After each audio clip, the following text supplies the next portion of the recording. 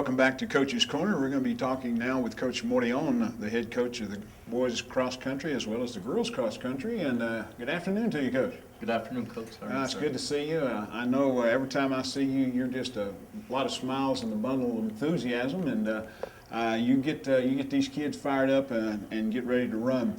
Before we do that, I saw a little thing in the paper last week. Teacher of the Year.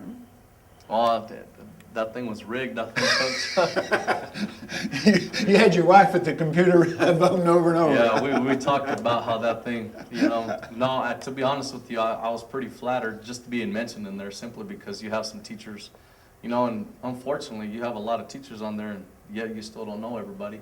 But some of the teachers that were listed on there, you definitely feel proud to be mentioned it's amongst some something of those people. to be congratulated about. It shows a lot about your enthusiasm and the way you relate with students, and that's always a good thing for a coach and a teacher, and for a coach to be named Teacher of the Year. I really appreciate that, and I appreciate you and what all you do with your students.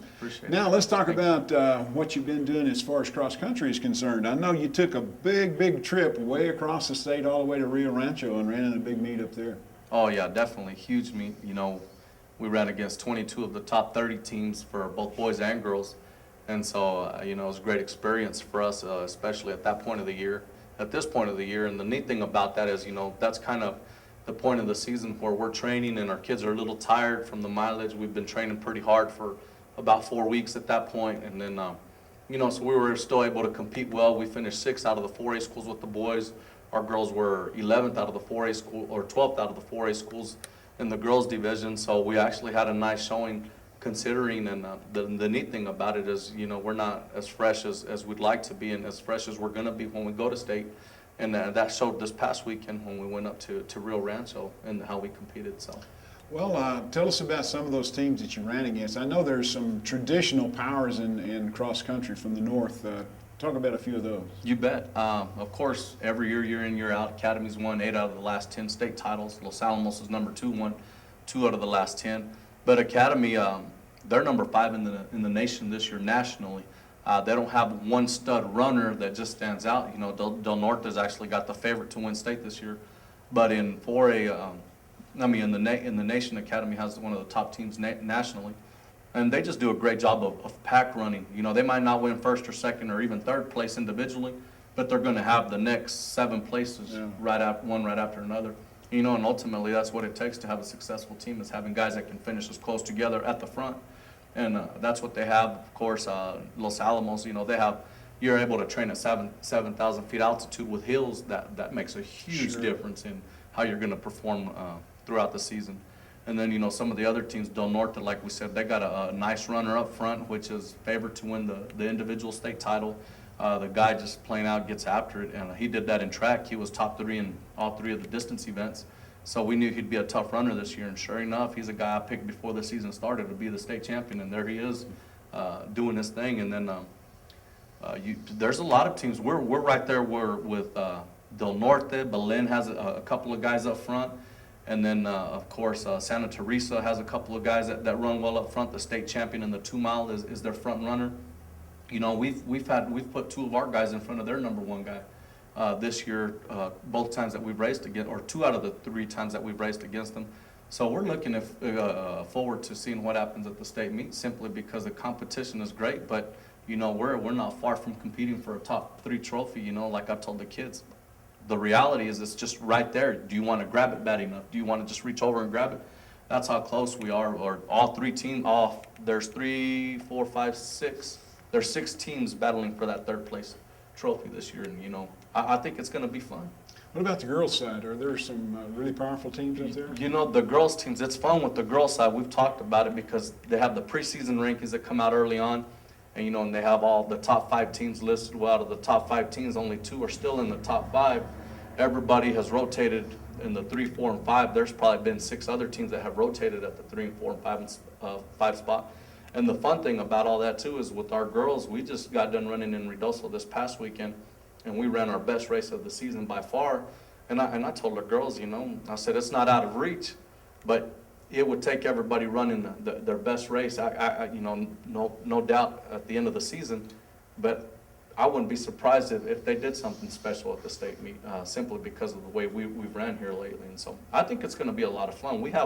You got to have two people on both teams, the girls and the boys, and we have a solid front two that can flat out get after it with anybody. And then the next 3, 4, 5, we have great runners that, you know, are tough mentally, physically. They know what it takes to compete together as a team, and they do their part well. You know, it's just a matter of which kids have the best race at the state meet.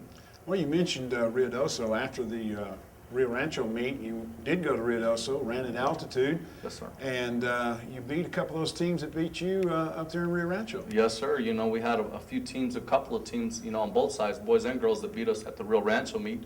And we come back this past weekend at Ruidoso, and we were able to get after some of those teams that beat us. You know, and that's what's neat about this is, you know, and this was our first week to cut back. We got rid of morning runs. Now we're just doing our afternoon normal training, and so we're feeling a little fresher, getting a little bit more rest, more sleep. And so it makes a big difference in how you're going to feel physically. And, you know, the boys, like you just said, we beat a couple of teams. The girls, they beat probably 4 or 5 teams that beat them at Rio Rancho, and so it was really neat. The girls finished 6th out of 14 teams. The boys were 2nd out of 18 teams, you know, and Clovis beat us by just 10 points. And the deal with that is you have 3 guys move up a couple of spots each. That's the difference. In Clovis, the last time we raced against them, they beat us by 19 points. So not a whole lot more, but significantly more. And, you know, we were able to close that gap, and we were missing our number 3 guy, and we were missing our number 4 girl on each side. So, and we still competed well. So that's what makes it exciting. Coach, what we got left? You got anything before the district meet? No, sir. District this Friday, and then the state meet. Well, I know we've consistently been the power in the district the last several years. You're going for your, what, 6th straight district championship? Yes, sir. We're going for number 6, and hopefully we're fortunate enough to come out with number 6 again this Friday afternoon. And where will that meet be held? It will be held in Roswell. The location of the course, it's actually a course we haven't ran it in a lot of years, but they're going to run it back there. But the best description I can give is just straight down past Desert Sun Motors. You go on 2nd Street, and there's a road right there on Desert Sun, next to Desert Sun. It takes you straight north, and at the end of that road, there's a field back there, and that's where they'll run the course. And so we actually ran there about 5, 6 years ago, and when we first started winning district, and so we're there hopefully to continue the trend we started there. So back to the scene of the crime where Yes, you sir. took over the district Yes, sir. championships.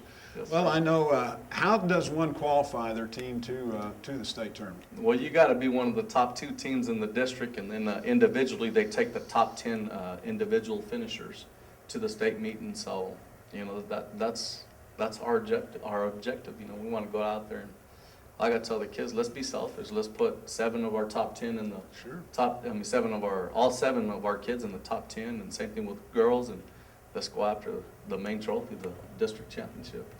And now, is it like golf where you have, when you get to the state meet, do you have an individual championship as well as a team championship? Well, you have the individual champ, yes, sir, in both races, in all 4 races actually, but well, we'll say in all 2, but the varsity boys and girls. And then you have the team champion as well. I see. So a team, a school that doesn't have a complete team can send an individual and they can compete for the team championship? Correct, yes, sir, yes, sir. But everybody does have a team. Yeah. Now, as you go on to the state tournament, where will it be held? It's going to be at Rio Rancho. We'll be going back to where we went a few weeks ago, and hopefully with a lot better feeling physically. And so I really look forward to that a lot, actually. What kind of terrain did you run on up there? Oh, I know there's a lot of sand up there. Yeah, definitely. You hit it right on the money. That's the difference. You know, you have the hills, which for us, the hills, we'll run on whatever hills. We're not afraid of hills, but where it does make a difference in footing is running on the sand. And if you're not used to running on sand, it does kind of take a toll on you because you feel like you're having a step extra. And every time you're doing that, it's taking a little bit more energy. And so, you know, like I told the kids, you have to be smart, and that's why we'll go a day before the state meet. We'll go early. We'll walk the course, and it's all about picking the hardest part of the course, you know, the firmest part of the course. Step on that area, run on that area, and you'll be fine. But if you're going to run, you know, where the sand is the loosest, you're going to have a hard time and have to run a little extra, and it will take a little bit more out of you. So you got to be smart. And I know that kind of a track. I've run on sand before when I was in college. And used to go up the sand hills there in Big Spring, Texas, and have to run to the top. That's not much fun. No, it's not. We did it too in college. We did a lot of sandhill training, believe it or not. And I thought it was great. It was good for strengthening your toes and so forth. And, Right. you know, out here, the closest hills or sand hills we got are about 40 miles out of town. But, you know, we're fine. There's no excuses. We do the training we need to do to be successful. And so hopefully, in the end, we come out on top.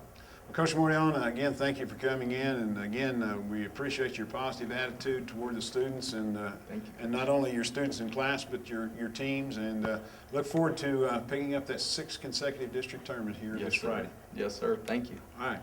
Well, we'll be back next week, and we'll talk some more sports. I'm Jim Wilburn. Thanks for being with us. Until then, we'll wish you a good day, and as always, you be a good sport.